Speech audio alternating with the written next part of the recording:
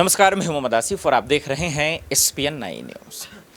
Hindenburg के खुलासे के बाद अडानी के कंपनियों की तमाशा तो आपने देखा होगा, केंद्र की एजेंसियों का भी तमाशा आपने देखा होगा, लेकिन आपने ये नहीं देखा होगा कि आखिर कहां कहां प्रोटेस्ट हुए, कहां कहां JPC की मांग हुई।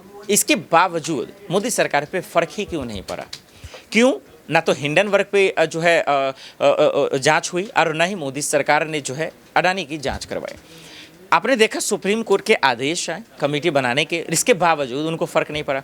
तो अब इस चीज़ को समझने का वक्त आ गया है कि 2024 के चुनाव भी नज़दीक आते जा रहे हैं, इस मामले पे मट्टी भी डाला जा रहा है, इसके बावजूद उन पर फ़र्क नहीं पड़ता। तो इसको एक रिपोर्ट के माध्यम से आपको बताते हैं कि ऐसा हुआ ही क्यों और क्यों मोदी सरकार इससे भाग रही। जरा गौर से दमासी। 1,57,000 करोड़ रुपए, 1,57,000 करोड़ रुपए इन कंपनियों का शेयर खरीदा गया है। किसके पैसे से? जो भविष्य के सुरक्षा के लिए लोग, कर्मचारी अपने भविष्य की सुरक्षा के लिए PF का पैसा रखते हैं, उस पैसे से 1,57,000 करोड़ रुपए का शेयर खरीदा गया है।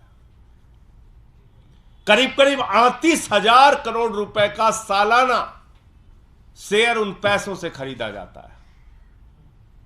बहुत सारे बुजुर्ग मिल जाते हैं पार्कों में नरेंद्र मोदी जी का समर्थन करने में।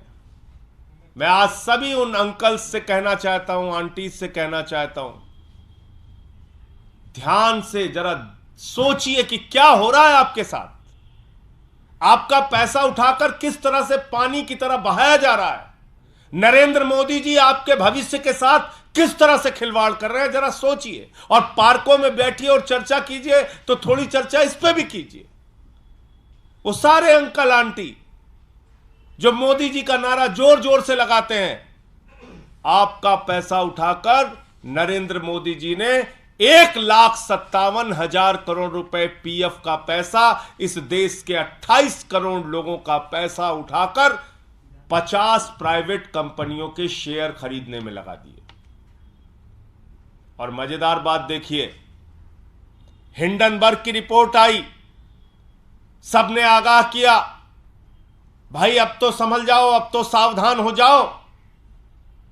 हिंडनबर्ग की रिपोर्ट आ गई, बहुत बड़ा भ्रष्टाचार किया है अडानी ने। अडानी ने अपने शेयर को ओवर वैल्यू किया है, अपने शेयर की कीमतें फर्जी तरीके से बढ़ाई है, बाहर से पैसा काला धन लगा के अपने शेयर के दाम बढ़ाए हैं। उनके शेयर का वास्तविक दाम क्या है पता नहीं है। कृपा करके अब अडानी के शेयर मत खरीदो। किसने कहा? तमाम फाइनेंशियल एक्सपर्ट्स ने, तमाम अर्थशास्त्रियों ने, तमाम लोगों ने आगाह किया कि भाई ये बुजुर्गों का पैसा है, ये कर्मचारियों का पैसा है, ये इस देश के 28 करोड़ लोगों का पैसा है, इसको कम से कम अडानी की कंपनी में अब तो मत डुबाओ। लेकिन 27 मार्च को मीटिंग होती है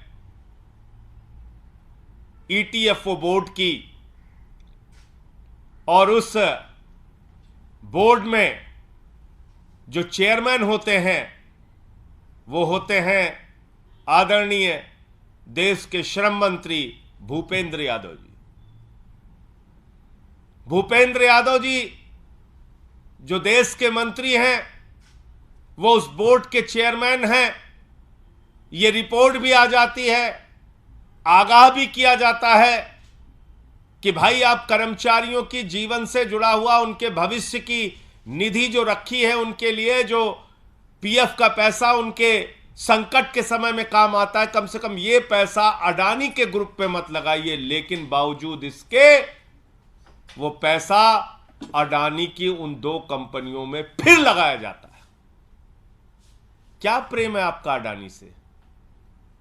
आप देश के करोड़ों लोगों का पैसा क्यों उठा के अडानी के ऊपर लुटा रहे हैं? LIC में लुटा रहे हैं अडानी का पैसा, अडानी का पैसा उठाकर LIC का पैसा उठाकर अडानी के ऊपर लुटा रहे हैं, SBI का पैसा उठाकर अडानी के ऊपर लुटा रहे हैं, PNB का पैसा उठाकर अडानी के ऊपर लुटा रहे हैं, बैंकों का पैसा उठाकर अडानी के ऊपर लुटा रहे हैं, और अब ये PF का पैसा, करोड़ों लोगों के जिंदगी से जुड़ा हुआ PF का पैसा वो उठाकर अडानी के ऊपर लुटा रहे हैं। मैं देश के प्रधानमंत्री से पूछना चाहता हूं कि आखिर इस देश के करोड़ों लोगों का पैसा हिंडनबर्ग रिपोर्ट आने के बावजूद, शेयर को ओवर वैल्यू किया गया है, इसके बावजूद शेयर मार्केट में आप क्यों लगा रहे हैं? ये 1,57,000 करोड़ रुपए इस देश के लोगों का पैसा जब डूबेगा तो उसकी जवाबदेही किसकी होगी? ये 1,57,000 करोड़ रुपए लोगों के पीएफ का पैसा जब चंद पूंजीपति लूट कर भाग जाएंगे, उसकी जवाबदेही किसकी होगी? ये जवाब देश के प्रधानमंत्री को, करोड़ों लोगों को देना चाहिए। और ऐसे समय में जब अंतर्राष्ट्रीय संस्थाओं ने अडानी की कंपनी का वेटेज कम किया है, उसकी रेटिंग डाउन की है, आगाह किया है निवेशकों को कि भैया इनमें पैसा मत लगाओ आप, क्योंकि इनके शेयर की वास्तविक वैल्यू क्या है हमें पता नहीं। ऐसे समय में भी भारत की सरकार 27 मार्च को जो मीटिंग होती है उसमें भी अडानी के कंपनियों में पीएफ का पैसा लगाने का निर्णय करती है। किसके कहने पर यह सब कुछ हो रहा है? ये मेरा सवाल था और मैं समझता हूं कि अडानी के मामले, अडानी के घोटाले इतने बड़े हैं कि इसकी परत दर परत आगे भी खुलती रहेंगी। कुछ जानकारी रीना गुप्ता जी जो हमारी स्पोक्स पर्सन है वो भी आपसे शेयर करेंगी। रीना जी।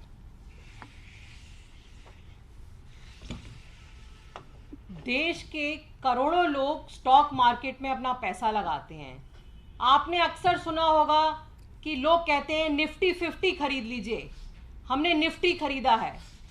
ये निफ्टी एक इंडेक्स है जो एनएसई, जो नेशनल स्टॉक एक्सचेंज है, वो इंडेक्स बनाता है। जो देश की सबसे बढ़िया 50 कंपनी है उसका इंडेक्स बनता है। और हम और आप ये सोचते हैं कि इंडेक्स में अगर हमने पैसा लगाया तो हमारा पैसा सुरक्षित है। जब हिंडनबर्ग की रिपोर्ट आई, उस रिपोर्ट में ये लिखा था कि जो अडानी के शेयर के, अडानी ग्रुप के जो शेयर्स हैं उनका असली रेट क्या है ये पता नहीं चल रहा है। इसलिए जो जितने सारे इंडेक्स हैं, पूरी दुनिया के कई इंडेक्स में अडानी ग्रुप के शेयर्स थे।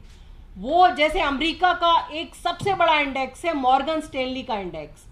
मॉर्गन स्टैनली इंडेक्स ने ये निर्णय लिया कि क्योंकि अडानी ग्रुप के शेयर का असली प्राइस हमें नहीं पता चल रहा है, तो हम मॉर्गन स्टैनली के जो इंडेक्स हैं उसमें अडानी ग्रुप का वेटेज कम करेंगे। एक और बहुत बड़ा इंडेक्स है S&P इंडेक्स, उसने भी निर्णय लिया कि हम अडानी ग्रुप का या तो वेटेज कम करेंगे या कुछ इंडेक्स में से अडानी ग्रुप के शेयर्स को हटाया जाएगा। लेकिन हमारे देश का NSE जो है उसने कोई निर्णय नहीं लिया। उसने निर्णय क्यों नहीं लिया? क्या भारत सरकार का दबाव था? ये निर्णय उन्होंने नहीं लिया। अडानी ग्रुप की दोनों कंपनी को उन्होंने इंडेक्स से नहीं निकाला। इसकी वजह से आपका और हमारा जो 28 करोड़ लोगों की जो गाड़ी कमाई है और बाकी सारे लोग जो स्टॉक मार्केट के इंडेक्स में पैसा लगाते हैं, रोज उनका पैसा अडानी ग्रुप की कंपनीज में लग रहा है।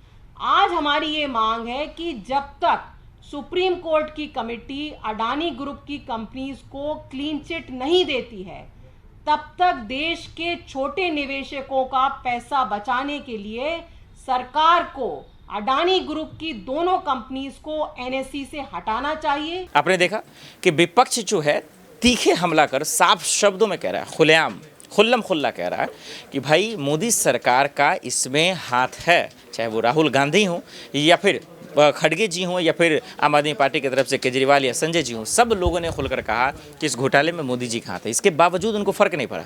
अगर गलत है तो इन लोगों पे कार्रवाई करवाते थे, लेकिन आपने वो भी नहीं करवाया। तो ऐसे में अब सवाल है कि आखिर क्या वाकई में ओवरऑल आखिर में क्या कम से कम इसकी जाँच होगी? आपको क्या लगता है? हमें कॉमेंट कर जरूर बताइएगा। देश दुनिया की बड़ी खबरों के लिए देखते रहे SPN9 न्यूज़। नमस्कार।